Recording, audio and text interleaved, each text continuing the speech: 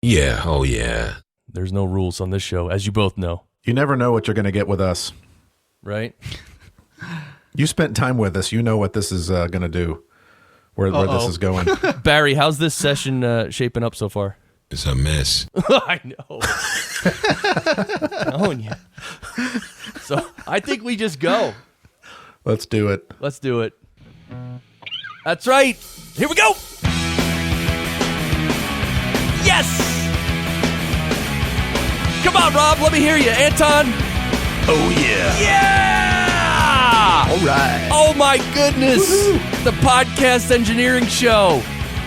You somehow are hearing this. Maybe you butt dialed it, or we don't know. We don't know how you got we got here, but my name's Chris Curran. I produce podcasts for the likes of AAPD, E+, Forbes, Dun & Bradstreet, as well as business authors. Every week on this show, we bring you podcast production techniques on a silver platter. We talk shop with producers, engineers, and other specialists. I actually have a background in audio engineering in the music business, and since I entered podcasting about 5.5 years ago, I noticed a huge lack of audio skills, just the fundamental audio engineering skills with people who are recording podcasts. So that's where this show can help, because I bring my background and my podcast production experience and great guests like we have every week. Today we have 2 guests. And so, and by the way, and sometimes I forget to mention this, if you implement the best of what you learn here on this show, your podcasts will sound a lot better and you'll spend a lot less time producing them, because time is important. Right, Barry? Yeah, oh yeah. That's right. And we finally have Rob Rogers on the show, who you do a really, and you already did it, you do a really good Barry impersonation, Rob. Yeah, oh yeah. So that's awesome. Rob Rogers. I've been working on that. You're a podcaster, medical educator. You're an emergency room doctor, right? That's right. Yeah. The real deal here in Lexington, Kentucky. Yeah, you're in Lexington. You also do, you started a company called Medutopia, and you have the Medutopia podcast, and we'll put the link in the show notes a little later. But you've been educating, you and Anton have been educating people in the emergency medical field in podcasting, and that's where I met you guys. I'll talk about that in a second. But Anton, you're here too, my friend, podcaster, educator. How you doing? Howdy, partner. That's my attempt to sound like I'm actually from the States, but I'm a good old Canadian, eh? I was gonna say, Canadian doing a Southern accent. That's pretty good. That was pretty good. You don't hear that every day. You do the emergency medicine cases podcast, and that's also your website, emergencymedicinecases.com. And I met both of you in Lexington this past April. It was in April, right?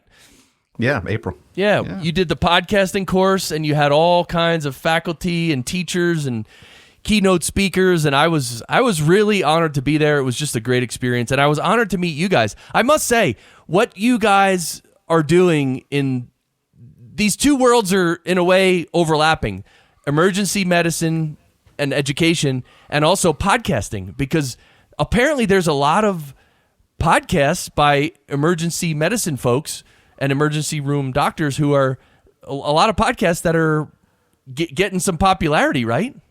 Yeah, it's definitely growing. For whatever reason, emergency medicine and critical care have been, Anton, you can chime in as well, have sort of been at the forefront of a lot of this stuff with podcasting. But what you're starting to see is other specialties are definitely starting to catch up a little bit. And it looks like it's doing nothing but spreading. Podcasting is spreading in medical education. I think people realize with podcasting, you have a voice, and it's a great way to teach globally and to get your message out to people. Yeah, absolutely. It's kind of cool that emergency medicine has kind of spearheaded this all. I think it's probably because we do shift work, and when we're not on shift, we're kind of eager to learn everything that we possibly can, and any kind of person can come into the emergency department with any kind of problem. So there's an endless amount that we can learn and that we can teach, and so it's really exciting to be able to teach all that stuff and keep on growing and doing new things. And the podcasting medium is just so perfect for that knowledge translation, just to get all those emergency providers out there, whether they're doctors or nurses or paramedics or medical students, basically to educate them on important emergency topics, ultimately so that they can take better care of their patients, really.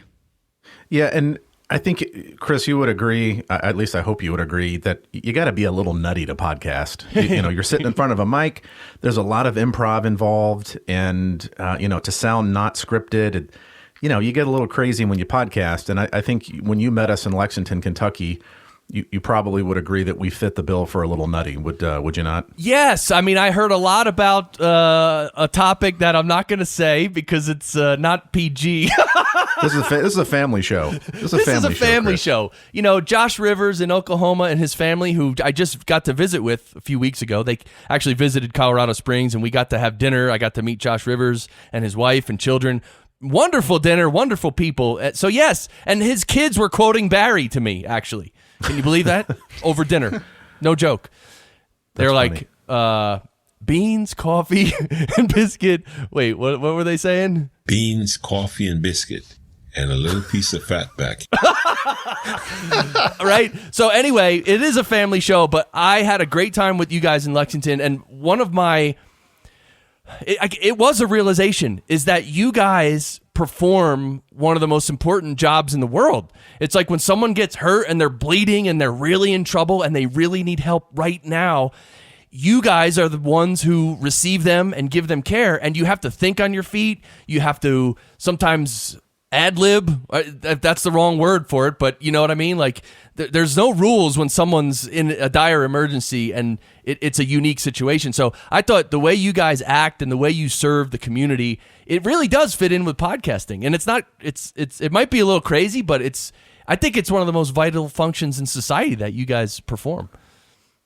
So thank you. Wow, I needed a little pick me up. That was great. Barry, I have a much better shift this afternoon. I feel really good about myself. I think back to the Stuart Smalley clip on Saturday Night Live. I feel smart enough now.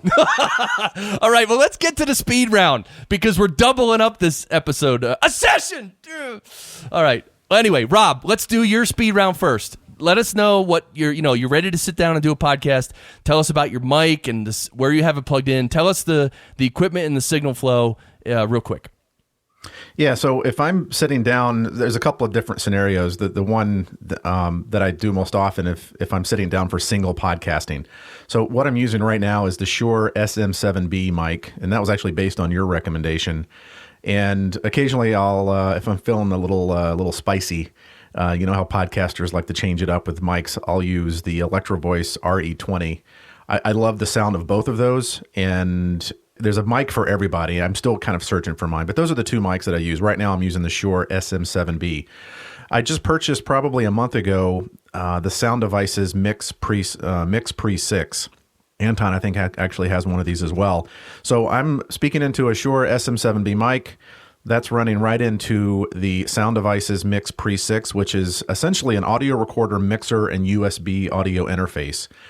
And very simple, you just hit a record button. They've changed the design of this Sound Device Mix Pre 6, and you literally hit a button that says REC on it. You can't mess, not even I can mess that up.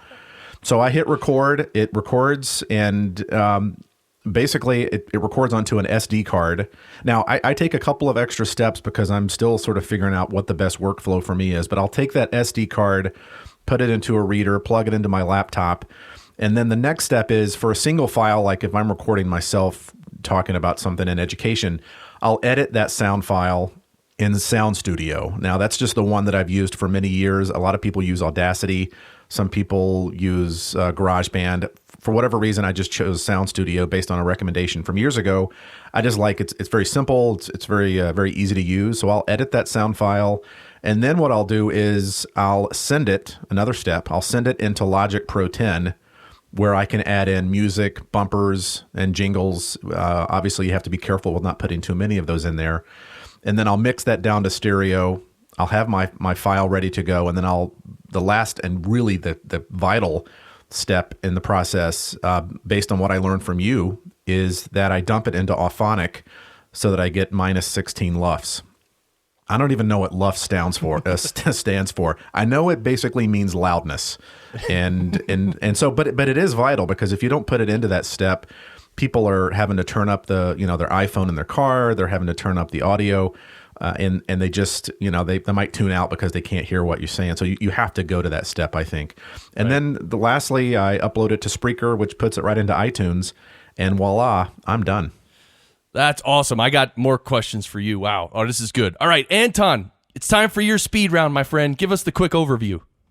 Alrighty, well, most of the recording I do is in my studio with guests, and usually I have 2 guests. So in terms of mics, I'm using mostly the Heil PR40, the classic, or I also use what Rob uses, the Shure SM7B.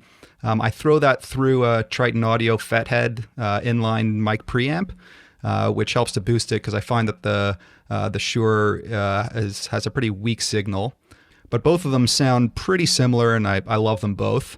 For guests, I use Heil PR22 UT dynamic mics, which, like the PR40, have amazing off-axis rejection.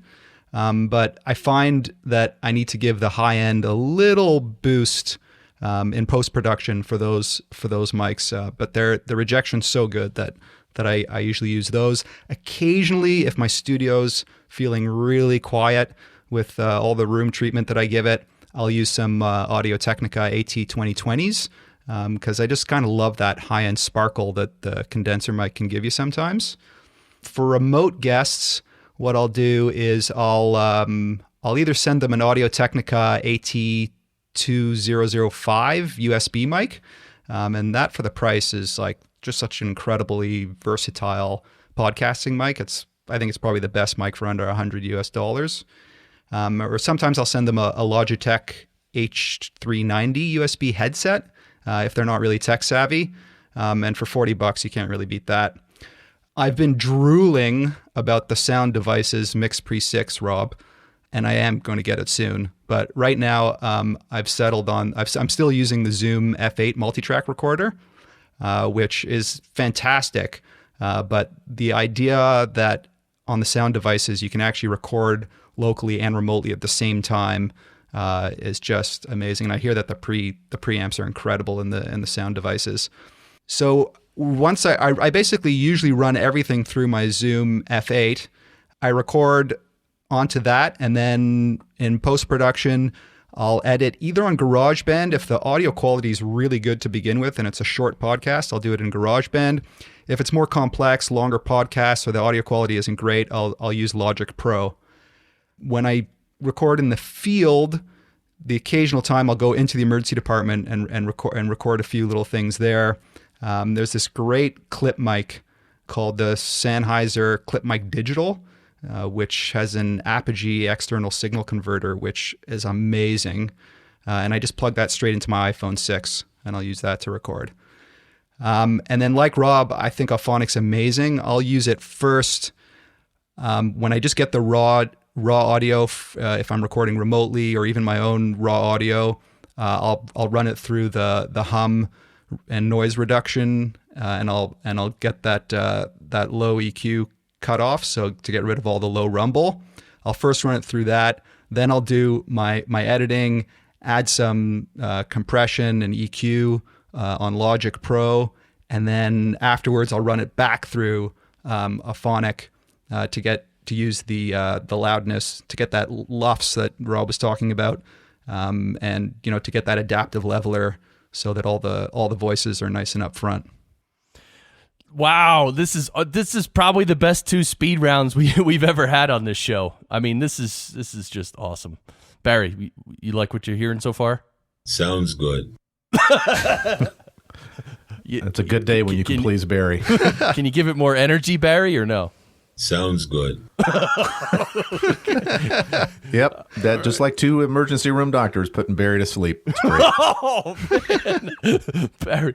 Oh, I used to have a. I think I dozed off or something. Oh no!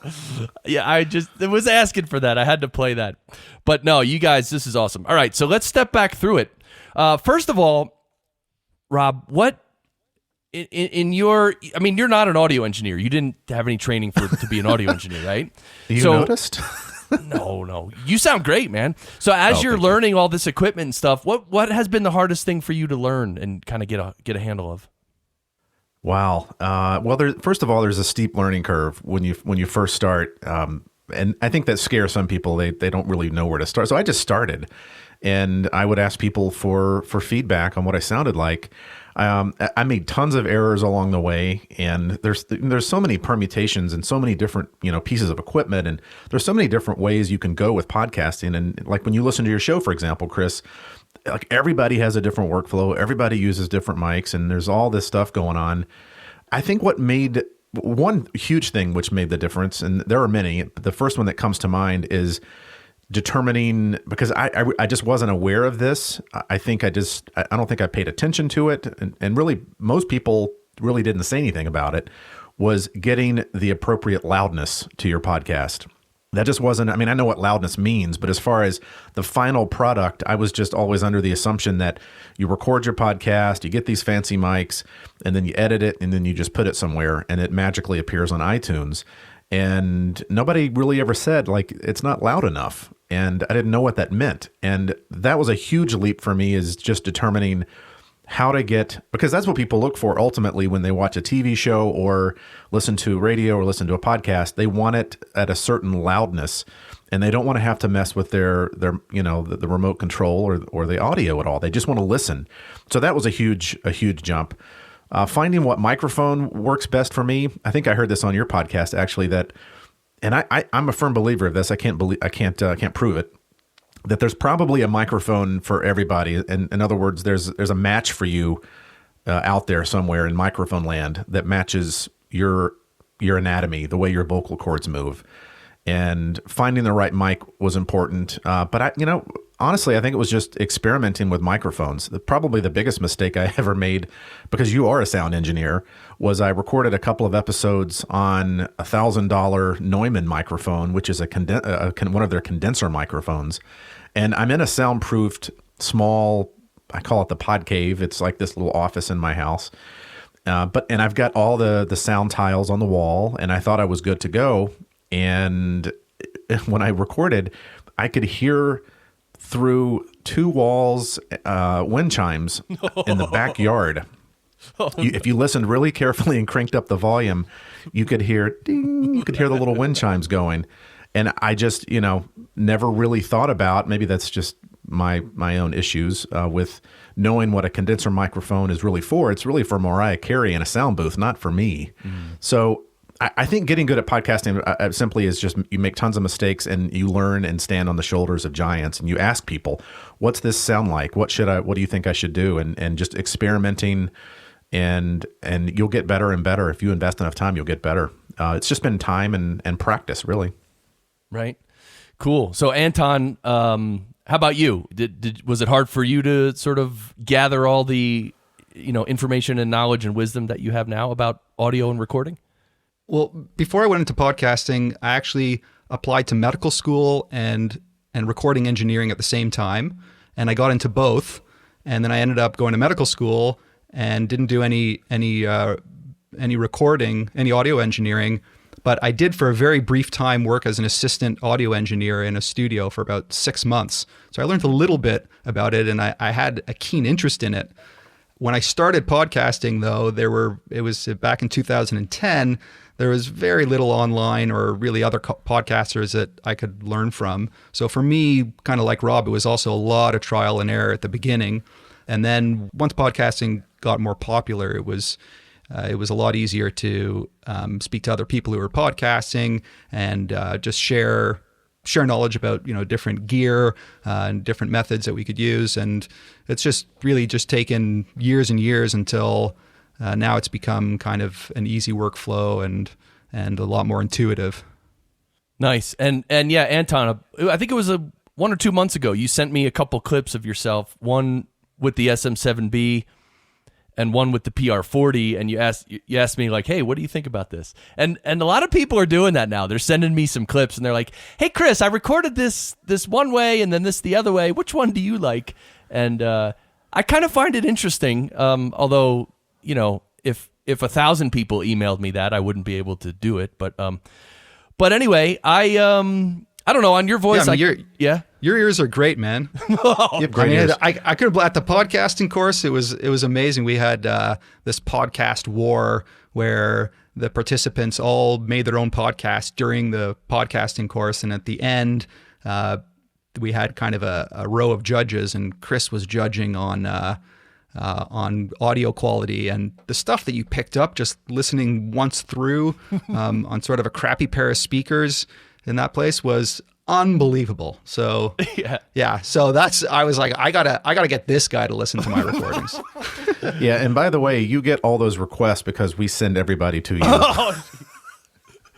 So speaking of, so anyway, you sent me, Anton, you sent the PR40 and the SM7B clips, and they're both very good. And like you said, you're on the PR40 right now. Sounds very good. And there's not much difference at all. But I think I did choose the SM7B. But again, you're splitting hairs at that point. So, but that's good. You use that like sometimes. So let's, in Lexington, there was a bunch of faculty and speakers for the podcasting course, which was back in April. Shout out some of the people who were there. I know. Just name the other faculty if you would. I want to name all their names so then we can tag them in social media and say, "Hey, we mentioned you." Yeah, well, there was Scott Weingart, who's been on your show before. That was a great show. I've listened to it. Yeah, Scott's awesome. He brought the energy. That guy's a maniac, right? Oh yeah, well Scott and I started podcasting around the same time. Back in about 2010, and he was like way ahead of me in terms of podcasting, in terms of podcasting tech. I don't know how he does it, but he seems to be able to find out the best of everything way before everyone else. Yeah, he's awesome. Yeah. See, who else was there? Well, everybody calls him Swami. Anand Swaminathan was there. He's got that buttery Barry White voice. Anyway, he's got a great voice. Who else was there? Salim Rizay was there. Salim. Jess Mason. Oh yeah, Jess Mason. Will Sanderson. How can we forget Will Sanderson? The former actor Will Sanderson. I think that was it. Wait, what did he act in? Oh, that's an entirely separate podcast episode. Oh, really? But if the listeners are looking for something fun to do, just Google the movie Blood Rain. Blood, Rayne. That's one of it. Just do it. Just Google Blood Rain. Wow. Or just Google. Here's my shout out to Will. Just Google Will Sanderson movies. That's all I need to say. Wow. You'll have a good time watching those. Yeah. Let's just say he's a doctor now. Right. Okay. So Salim, I definitely wanted to have Salim on this show, and also Jess Mason, because she played some stuff that she recorded like in the ER, and it was like really good. Yeah, she's really good. Yeah, really talented people. She does great narrative podcasting. She's really good at that kind of thing, and to be able to get actual real patients speaking about their real illnesses is really powerful, like emotionally, and it's really great for education too, because when you get that emotional, powerful kind of real life of a real patient, you can't forget that. So it's great for learning. Right. And so, all right, Rob, so let's get to the tech. You got the MixPre 6, and I saw that. We're going to have a picture of that in the show notes as well. And actually, Sound Devices, I met them at Podcast Movement in August, and they actually just sent me a MixPre 6 to try out, which I'm going to try it out, and I'm going to talk about it on this show because cool. One of the reasons I wanted to try it was because since it sort of can be a replacement for a mixer. Well, first of all, an audio recorder and a mixer and an audio interface. I wanted to try it out because, through the podcast engineering school, I'm teaching people how to engineer podcasts professionally. And if this one box does all that, I wanted to know about it. So my initial reactions are that the mixer, like, it's a great audio recorder and it's a good audio interface, but the mixer part is a little bit limited because it has a bunch of inputs, but it doesn't have many outputs. So then you can't really configure mix minuses as much if you're connecting different people, different computers, and needing to have a bunch of different monitor mixes. It's not really made for that, but and I'm not really using it for that. To be honest, I'm using essentially right now all I'm using it for is just to record. Right. But the sound it produces is amazing. Yeah, apparently the mic pre's are really high quality, and it has something very, very important, which is the analog limiter on each mic pre. So it will limit the audio. It won't let it go past 0 and distort. And even the limiter itself won't distort. I mean, unless you go like probably 20 or 30 dB over 0, right. It won't distort because it on an analog level before it gets digitized, it's actually limiting that, and it can do it without distortion. And my little Sony M10, my little handheld digital recorder that I use as a backup now, I think it must have analog limiters because I've crushed this thing and you can't hear it. I mean, you hear that it's limited because you can hear that, the peaks don't come out and blow your head off, but at the same time, there's no distortion. So it's like, sounds fine. And that's really safe because that's one of the things about recording digitally is one of the dangers is always that your recording level is too high and it's distorted. So with this sound device is Mix Pre 6, and they also have a Mix Pre 3. They avoid that, which is huge because then you can be in the field, you can be in the studio. I mean, how many times have you set up a mic level on a guest and when they do the mic test, when they're testing the mic, they're doing the sound check, they're like, yes, this is my voice. Yeah, this is how I'm going to speak. And then the episode starts and they're like, oh my God. and it's like, yeah. Right? Oh yeah, all the time. Actually, the Zoom F8 also has limiters on it. I don't know if they're good analog limiters, but I have them on all the time. They do a pretty good job. My guess is that the sound devices limiters are better. Yeah, you'll notice a difference once. And the Zoom makes great products. I have an F8 and an F4, and Anton, you'll definitely notice a difference in the limiters. The sound is just different. They've done. It's a clever piece of equipment. Yeah, I think that the preamps and the limiters are probably better on the sound devices Mix Pre 6 than the Zoom 8, for sure. So, Rob, when you record on the Mix Pre 6 itself, do you also simultaneously have it USB to your computer and you're recording in either Logic Pro or Sound Studio? I haven't done that yet. When I purchased the mixer, I mean, it comes with this split USB. You have to charge it through your laptop to get power. So I just ordered an external power source as well as another USB cable. I haven't done that yet, but that's the big benefit of this is the preamps are amazing, and you can just run it straight into that'll probably actually shorten my workflow just by recording right into Logic or whatever else you're using. Yeah, so that's the one thing when you go to their website, they're really advertising how easy it is to use. I'm glad you mentioned the dual USB cable because I saw that in the packaging. I haven't hooked up this thing yet at all. I just literally held it up and looked at it. But on one end, it attaches to the Mix Pre 6. On the other end, there's two USB. It splits into two different USB connectors. What are you supposed to connect it to? Obviously, one is your computer. And it gets even worse because with Mac, with their new MacBook Pros, they're all USB-C, which means you can't. The new products no longer accept USB cables. Oh, so I've literally got two USB dongles, two Apple dongles that I can use them for presenting if I'm at a conference and they're VGA. They're like VGA/USB, but they're two $50 dongles. And I've got two of those running into the laptop. Each one of them has that split USB from the Mix Pre 6. So, it's not ideal. Mac has made it more complicated, but it works. I could eliminate that step just by ordering the external power source and not having, because it's actually powering it through your laptop. That's basically what it's for. Got it. All right. So, Anton, you mentioned a mic that I don't think we've talked about on this show ever before. It's the Heil PR22, which you use for guests. Now, is that like a handheld mic, and is it dynamic as well? Yeah, I think it's identical to the Heil PR20. I think for some reason it's just a few bucks cheaper. It doesn't have, I think, the fancy gold plating or something like that. But I think they're pretty much identical to the PR20. And yeah, it's a dynamic mic, and like I said, it's got amazing off-axis rejection. They're pretty nice. How much do they run for? I think they're about $100 US. Oh, about $100. Okay. All right, so that's the same as like an SM58 or, the Sennheiser E835, which I like. Yeah, I find they're much better than the SM58s. Got it.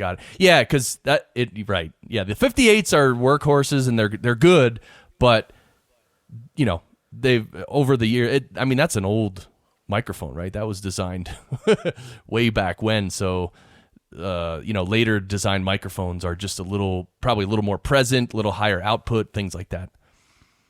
Yeah. And you said you've done a lot of room treatment in your little studio there. What have you done to treat the room for acoustics?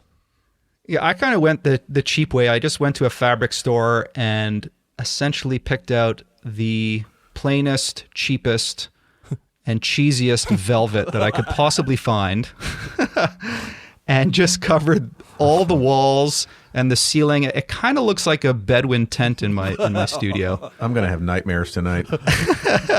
Wow. But it works really well. And then, I've got a handful of those 12 by 12 foam studio absorbent squares that I've stuck in the corners and on the doors.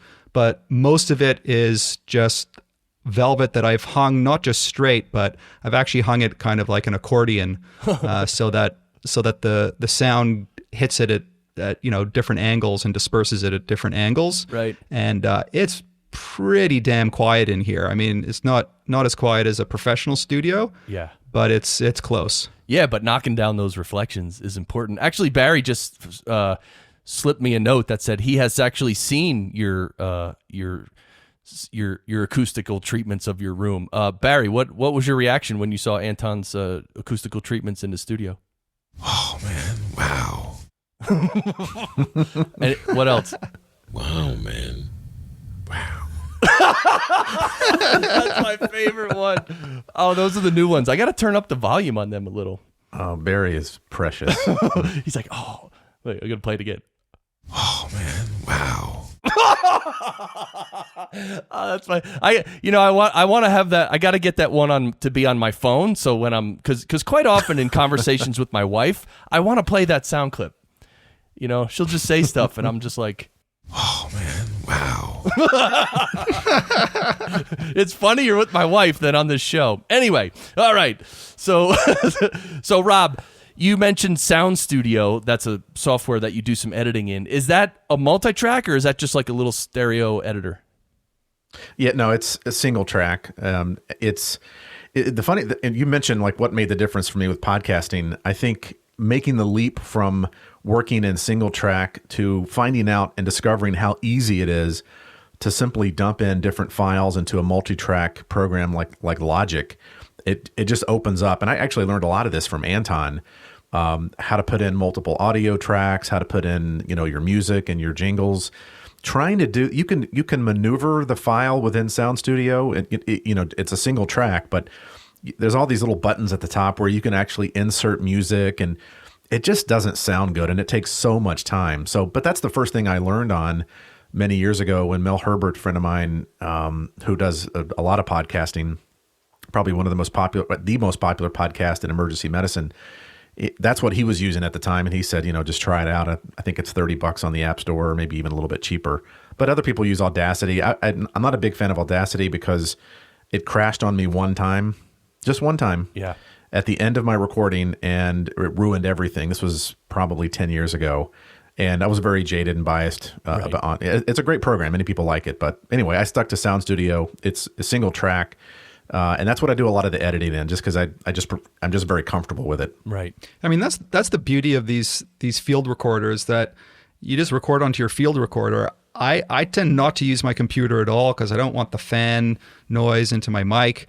I just record right onto the field recorder, and then from the field recorder, then I'll dump it later down into the software and play with it. Because the field recorder, I think both the F8s, the Zoom F8 and the Sound Devices Pre-6, there's two SD cards, so it's backing up automatically as it's recording. So your chances of losing your data are really slim. Yeah, I agree. Yeah, I definitely agree too. I mean, I don't think, and I have to knock on wood, but I don't think I've ever recorded anything on a digital recorder, like a handheld portable digital recorder, that didn't work. It just always works. Goes right to an SD card Yeah. and it works. So, but when I use laptops, inevitably, you have a laptop for long enough, it'll crash at some point. Yeah, exactly. That's why when I record on my computer, like right now, I'm recording multitrack into Reaper on my main production computer, which is awesome. My main production computer, knock on wood, has never failed either. But still, we're recording through Zencastr, so I'm recording both of you individually, and I'm recording a stereo backup on my handheld recorder. Because, when you're using computers, you just need a backup or two. That's all. Yeah, I usually back up on Zencastr, and then I've got my main recording right on the field recorder. But yeah, the basic principle is that have a backup somewhere for sure. Have you ever tried the post-production within Zencastr, Anton? I tried it once, and I wasn't really impressed. When did you try it though? Early on when they were just coming out. Oh, okay. I haven't seen the latest version, but I'm so comfortable with GarageBand and getting more comfortable with Logic. Yeah. It's just, I think it's a lot more robust. At least Logic is. Yeah. The reason I bring it up is because I just found it like a month ago. I'm like, oh, they do post-production in Zencastr. Let me, I have to try it, right? I need to be able to talk about it on this show. So I just tried it, and it came back. It literally, the back end that it uses is Auphonic. So Zencastr will take your tracks and in the background upload it to Auphonic, and within Zencastr you actually set the loudness and the noise reduction and same as Auphonic almost, and then it'll take the files. It actually uses Auphonic on the back end, and then it'll just deliver the file to you. And I used it once, and this is literally very recently, and it did a great job. And then I emailed Josh from Zencastr, and I'm like, hey man, because I'm like, he must be using Auphonic as the back end, and he confirmed that yes they are. So it works pretty well. Now for guys like us, it might not be necessary, right? Because you're going into Auphonic, and you actually use Auphonic on separate tracks in a little different way. But I just for the general knowledge, so people can know that that it is available, that post-production feature is available within Zencastr, and it's pretty good now. Yeah, I would say that if your raw tracks you're pretty happy with, then run it through Zencastr, let Zencastr do the work, or if you don't have much time, I think it's probably a great option. I think it's probably a lot if you don't have really good raw tracks to begin with. Right. If you're recording remotely and your guest is kind of all over the place or doesn't have a good mic, then I think you got to kind of dump it into a software where you can really work on it. Totally. All right, let's talk about Logic Pro 10. And Rob, you just tweeted the picture. No, you sent me a picture. I'm going to put it in the show notes. It's a picture of your computer, and in the software, it looks like it says Logic Pro X. Is that different than 10? Or is that X means 10, right? Yeah, I'm a little slow. I think the X is 10. Got is it. That right? No, I like the literally new iPhone. Literally, as I was saying it, I realized that that's a Roman numeral X equals 10. So hold on a second. I deserve one of these. Yeah. Oh, yeah. All right. Thank you. Hey, Barry, Thanks, Barry. what do you think? Am I a little slow today? There's no activity, no giggle, no nothing. Oh, jeez. He's a little rough on me sometimes. I want to meet Barry. Want to meet Barry? I got another new one. Barry. Hey, Barry, what do you think about me just literally on the show asking if X means 10? What do you think about that? Senseless. That's a new one. Senseless. Yeah, it is. I'm sorry, but I don't know why I did that. Anyway, let's talk about Logic Pro because it's a Mac-only DAW. So all of us Windows people can never use Logic Pro. But people seem to love it on Mac. And Rob, how's your experience been? Have you found it fairly easy to use? Yeah, there's a learning curve, and I'm still on it. I sort of played around with Adobe Audition several months ago, and people rave about what you can do in that program. I think Anton, maybe a few other people. I mean, when I was at the podcasting course, of course you're tempted to start buying all this stuff that people are talking about. But I was looking for a multi-track program that was easy to use, was intuitive. Again, there's a steep learning curve to it, and I've not even really scratched the surface with some of the things you can do on it. But I like how easy it is to just dump your files in, move them around, change the levels, and then boom, it blends everything and spits it out. I mean, it's kind of what you would expect a Mac product to do. But it is very fancy. There's a lot of stuff you can do with it. It's not, I'm looking at the screen right now, and there are a lot of buttons. I don't even know what they mean. Right. But for what I wanted, which was basically to put in several different tracks, have music and jingles sort of blend together and make it sound professional and come out with a final product. This is exactly what I was looking for. But, it is expensive. I had to, when I hit that purchase button, I kept like withdrawing my hand a little bit, like, I don't know if I'm ready. I think it was $200. I'm like, I don't know if I'm ready. And then one night, for whatever reason, I just hit the button and bought it. And I love it. There's a lot to learn, but it works really well for multi-track. Nice. And that, hold on, Anton, that $200, is that per year, or is that a one-time purchase? You own it for life? No, it's one time. Yeah, because a lot of people, especially on this show, a lot of people are like, they don't like that subscription model that Adobe Audition does, where you just have to keep I paying. don't like it either, because you get these emails, and I don't like that model. And that's probably subconsciously why I went with this, is I wanted to buy something, have it, and then be able to just grow and learn from it instead of paying for it every month. So yeah, Anton, I was going to ask you about Logic Pro and about your processing and compression and EQ and stuff, how what you do in there. So what were you going to say?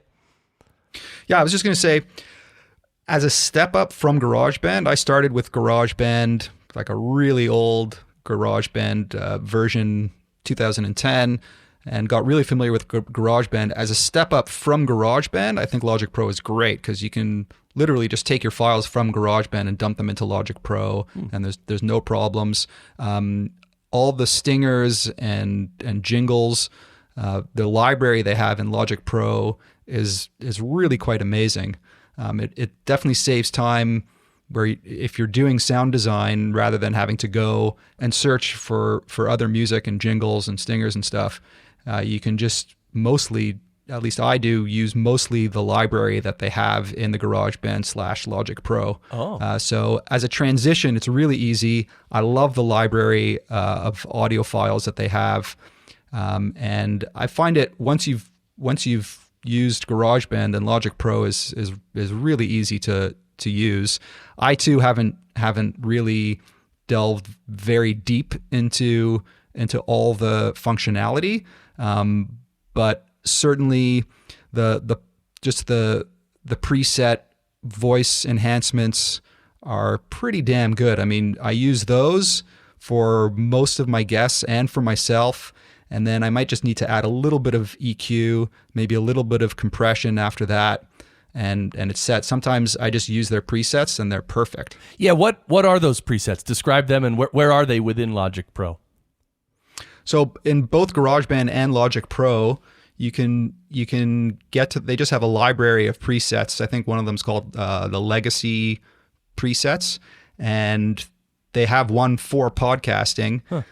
There's like, male broadcaster, male narrator, female broadcaster, female narrator. They have a noisy male, noisy female. Wow. So they have a whole bunch of different presets, and you can try the different presets with your different guests. So I'll just go through a few different ones, and usually I'll hit on a good one, and I just stick with that, and it works. And it's a pretty quick, easy, intuitive way of doing it without having to mess around individually with the compression settings and the EQ and everything. I like that. Yeah, if there's a bunch of presets, you can just flip through them one by one, and literally probably within 60 seconds you can decide, this one's really good, and that's it. You're done. So that's pretty good. Yeah. And now, as far as compression and EQ, do you have any plugins, like third-party plugins or anything? No, I find the ones on Logic are really, really good. I don't need much beyond that. Nice. I think, if you're doing music production, you definitely need more. But for podcasting, I think for most voice work that anyone does, I think it's totally adequate. I mean, you'd be able to hear the difference, Chris, but I think most listeners wouldn't be able to hear the difference. Yeah, and depending on what it is, even engineers would find it difficult to hear. I mean, there's some difference, but like you said, it's not actually necessary to go out and spend a ton on third-party plugins. I have this habit lately of like Waves, which I'm actually an affiliate for. So if you go to podcastengineeringschool.com and in the right sidebar, you'll see it. There's a section called Trusted Partners, and I list like, you know, Podcasters Society, which I'm an expert faculty in that, and also Waves. So that's my affiliate link. But when Waves, it's like every week they come out with a new special plugin that's only $29, and if it's like, you know, a modeled plugin off of a vintage piece of gear, and it has really good reviews, and I know the original piece of gear, like I've actually used the original piece of gear, I'll just buy it for $29. So kind of doing it that way. I've, you know, now I don't have that many, but you know, I have many. I don't know. It's kind of like a woman buying shoes. It's like me buying plugins. I mean, you know, cut me a break. Hi, my name is Chris, and I have a problem. We've got help for people like you, Chris. The alumni. We are doctors, you know. There are worse things to buy. Let's be honest. You know, my previous students are trying to plan an intervention for me, you know, to step in and help me. Yeah. I have a microphone problem. So you have plug-in problems. I have microphone problems. My wife just looks at me and just shakes her head. Really? You just keep buying mics? Well, no, I've stopped because eventually you run out of money to buy microphones with. No, but I've got a pretty good assortment here in my studio, and you know, like you hear about one and you just want to get it and try it out. Maybe I should just ask to try it out instead of buy it. Yeah. Anyway, I have a microphone problem. Well, Travis Hill does that too. Travis Hill, he's the guy who does the testing and the reviews of the mics on YouTube. Yeah, I just heard that episode recently. Yep. Yeah, he's on a previous session. What do you mean by episode? I don't know what that means. Anyway, even though I mess that up every time. No, but he actually buys the mics when he tests them. So he's amassing quite an arsenal. So Rob, then what other mics do you have hanging around? Well, I keep the Blue Yeti on a desk across the room from me just to look at it occasionally and just make a disgusting gesture at it. 'Cause I hate the Blue Yeti. I like the people who use the Blue Yeti, but I don't like the Blue Yeti. I've got a couple of Neumann mics. The one that I mentioned, the condenser mic, which is way too sensitive. I've got a Neumann Dynamic, a couple of Heil PR40s, and then Electro Voice RE20, and then a Shure SM7B. I think that's about it. So the Neumann, is it a TLM 103? Yeah, that's it. Yeah, that's a good mic. They make great mics. Yeah. Unfortunately, I'm not Mariah Carey. At least I think, as far as my voice. So. Well, what happens is, seriously, having that mic is, and I say this about all expensive gear, it's not going to go bad. It's like an investment. So there may be a day, literally, when you have a little vocal booth or something. Maybe you do voiceovers, or maybe you know someone who does voiceovers. There may be a day when I'm singing like Mariah Carey. That's right. All right. You know, it should be more like Michael Jackson, because you're speaking now, Rob, through a Shure SM7B, right? No, that's true. Yeah. And that is, it's known out there that was Michael Jackson's preferred mic. Yeah, you're right. I have a white glove on my hand. Yep. That's right. Oh, actually, Barry just slipped me another note. He says he has he heard audio of you, Rob, and your wife in the basement when you were both standing in front of the Blue Yeti. What did you hear, Barry? And they were cussing up a storm. Profanities left, profanities right. Oh, man. It's a sensitive mic. Telling you. I just want to make a statement here. The Blue Yeti, wonderful mic. Great mic. Wonderful. Okay? Just want to go on record as saying that so people can hear me say that. Just remaining silent. All right. I do remember spending hours and hours and hours trying to work on a track. I sent someone a Blue Yeti to record with, and it was this loud room with this loud, huge room, and you could just hear tons of reverb, and you could hear the dogs outside and the airplanes going by. And I must have spent 6 hours just trying to hack apart that track to get rid of all that noise. That's right. You could hear Rob recording his show in Lexington. I mean, geez. All right. So All right, Anton, you say when you have guests in, sometimes you use the Audio-Technica, the AT2020s, and that's several, or I should say probably many podcasters use that mic. It is a large diaphragm condenser, so it's much more sensitive, but the AT2020, you use multiple AT2020s at the same time in your space? Yeah, well, I used to use them for my guests, for 2 guests at a time. I use them almost exclusively, and I do love the thing is that it's hard to find from a dynamic mic that high-end sort of sparkle that you get from any good condenser mic. Now, the Audio-Technica AT2020s aren't amazing mics, but for the price, I think they're fantastic because they're relatively inexpensive, especially compared to the Neumanns, for example. Right. But those, of course, because they're condensers, I've got to make sure that the room is really quiet.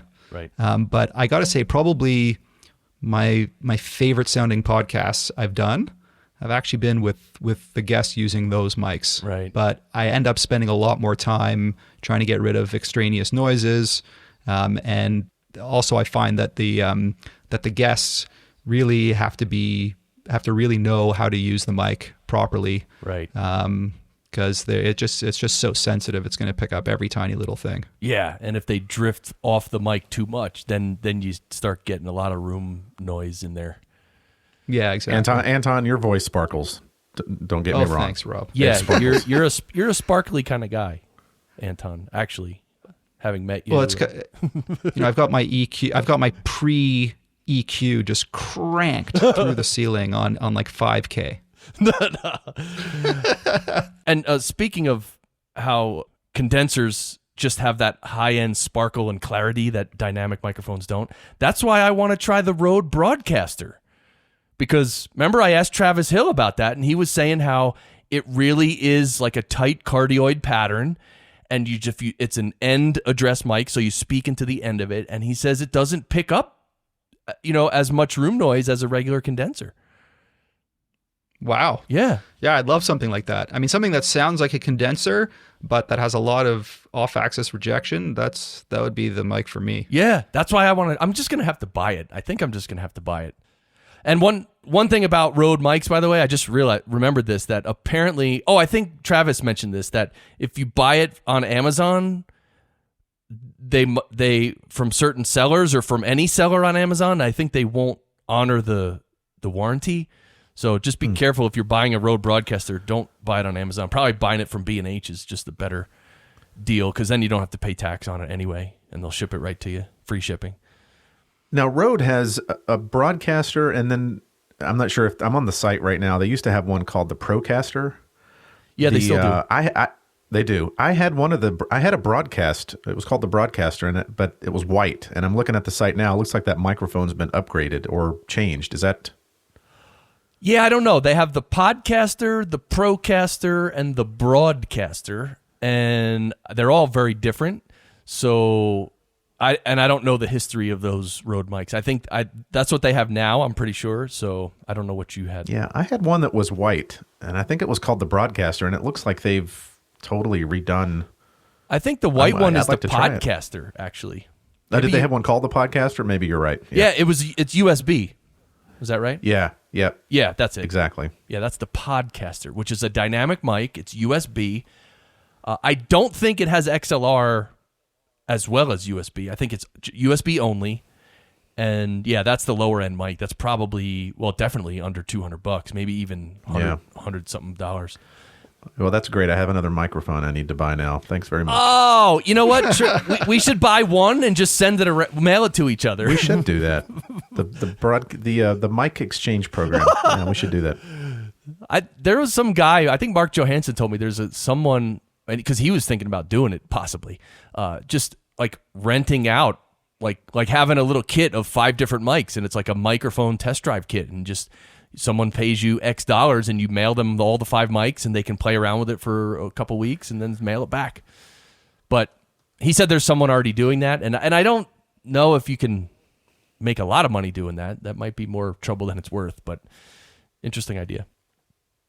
All right, so Let's talk about the Anton, you mentioned the AT2005 that you sometimes send to guests, and that's a very similar mic to the ATR 2100, which is the classic, podcasting microphone. Anton, are you aware of what differences there are between the 2100 and the 2005? I looked it up and I couldn't find any differences. The only reason I got the 2005 was because that's all I could get on Amazon.ca, the Canadian Amazon at the time. And I tried to find out what the differences were, and it looked like online no one could really tell the difference. Right. I think it's a different color, but yeah, I've never heard. I think there may be like one or two minuscule differences, but besides that, I guess they're the same. And you also sometimes send the H390 Logitech headset. Now, that's just a regular USB headset, right? Yeah. Yeah, it's a real cheapo. I think it's about $40.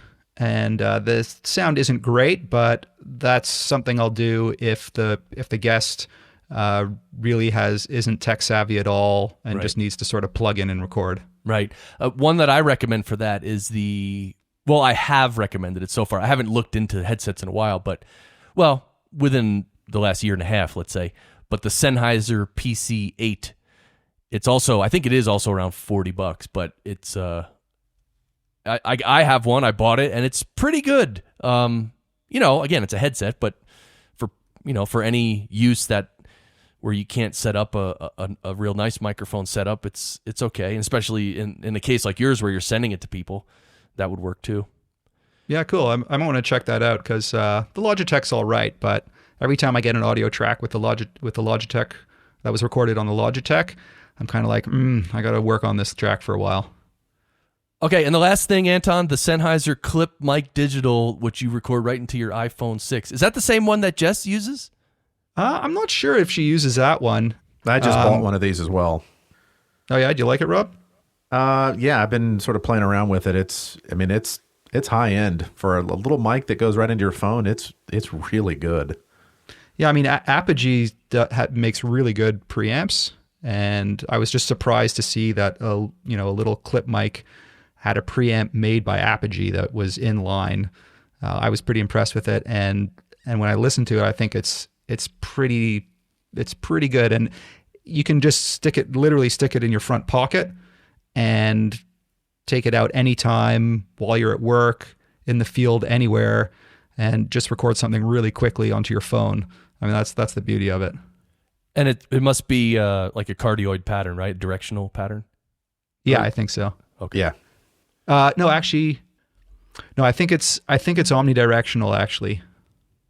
So it's good. So what I use it for is if I want to pick up the background sounds that are coming in the emergency department. So I use it for sort of more narrative type podcasting stuff. At the top of my podcast, I might have a paramedic calling in a case, and I'll record it while they're kind of outside next to the highway so that you can actually hear the highway sounds in the background.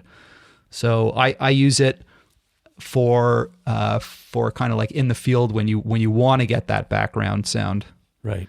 And so I might, if I want to record something in the field just quickly, I might just use like a Zoom H6 I've got and just plug whatever mic into it. Oh, you do have a Zoom H6. Okay. Yeah, I used to use that. I used to use that exclusively actually when a few years ago.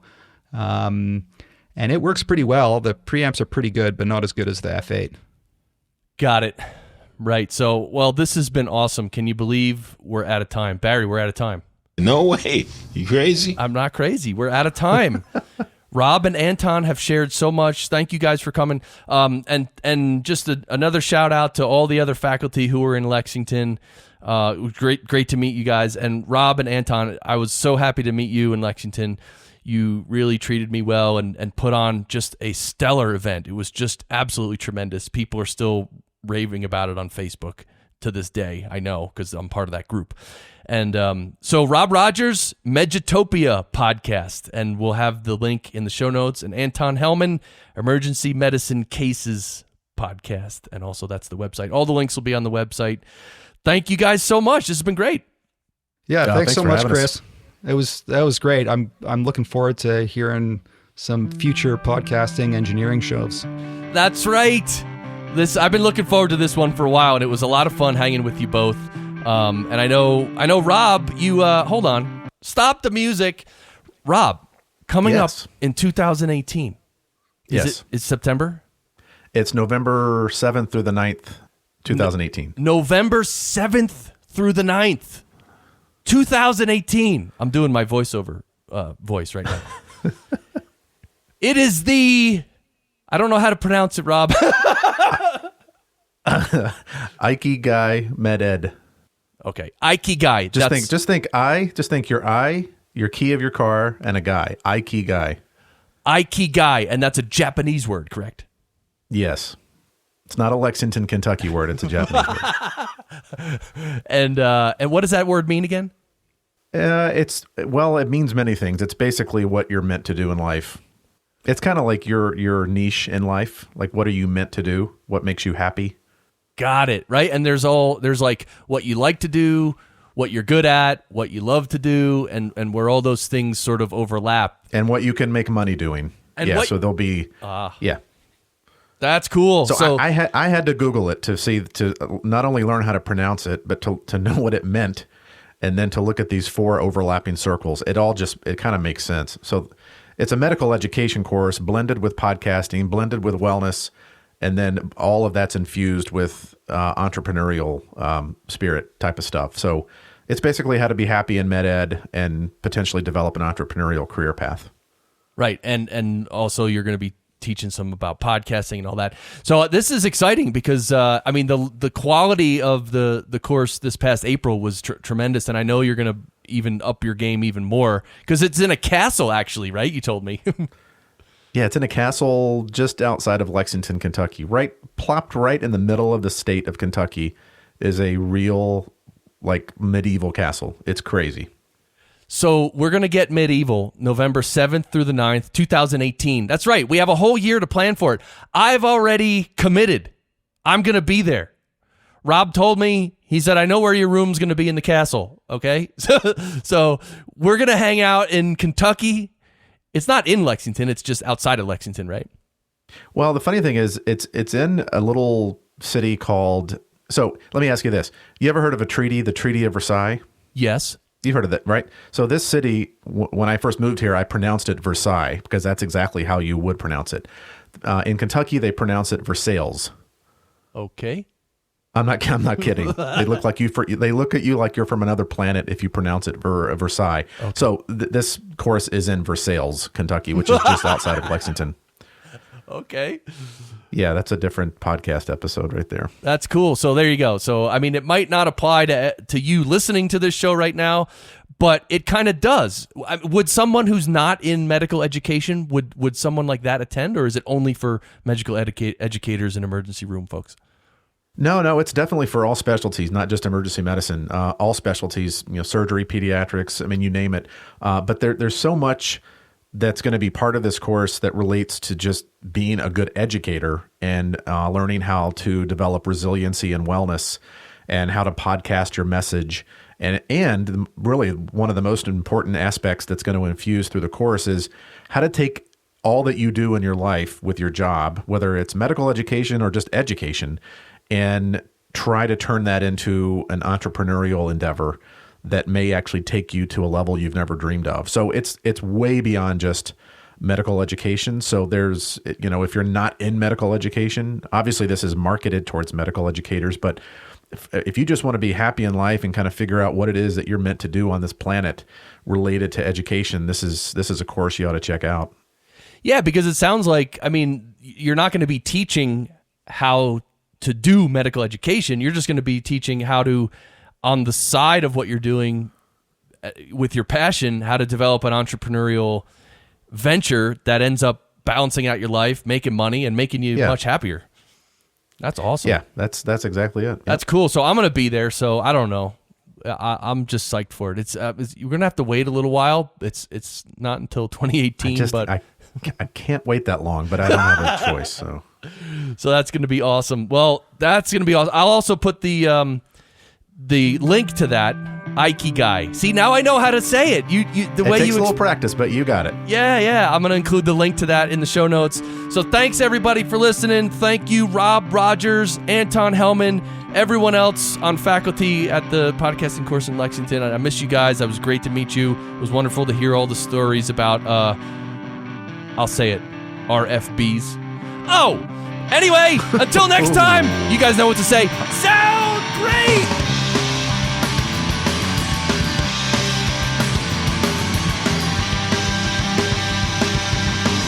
Walk away from me where and you can play that part so well. Why do you play it out on me now? You like to lose control where it's quite a feeling, isn't it? They're floating, drifting down now. You tell me that you found something better. How should I respond to that? It's a lie. I don't wanna hear it. What do you want me to say? It's a lie. I don't wanna hear it. You react so angry. You change your attitude where you say I just don't get it now. You say your eyes so far away now.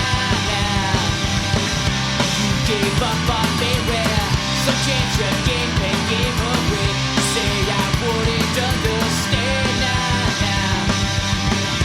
You tell me that you found something better.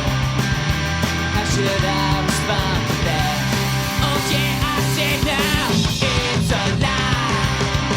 I don't wanna hear it. What do you want me to say? It's a lie.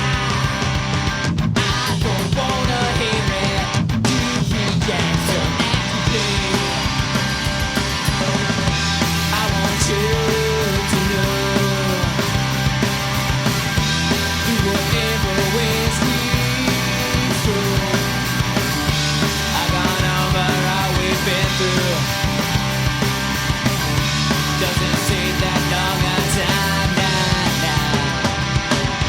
Things we did still hold their meaning. And does it mean it's still the same? You're pushing me away. You worked your theories now where you getting worked up on you now. You work your way around somehow now.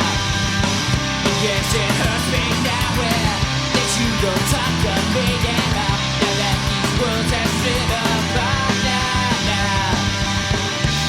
Tell me that you found something better. How should I respond to that? Oh yeah, I say now it's a lie. I don't wanna hear it. What do you want me to say? It's a lie. I don't wanna hear it. You reject some angry.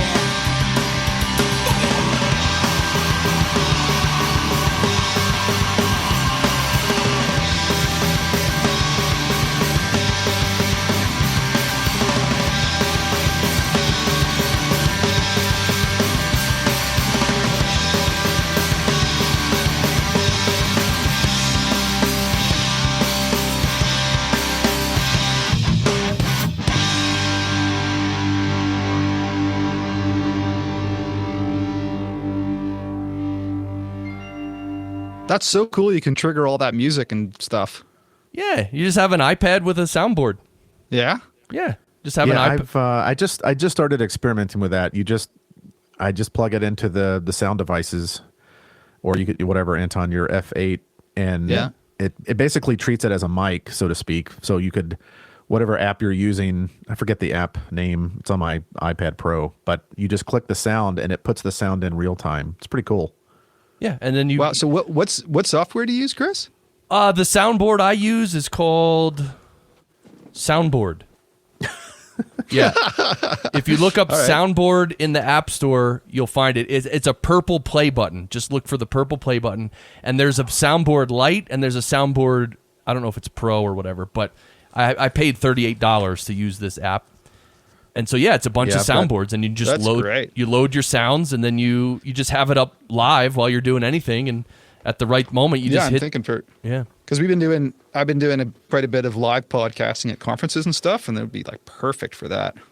Like, you'd be great at it too with how you putting it's kind of that's how you put Barry's voice in, right? You just click your soundboard when you're ready to put him in.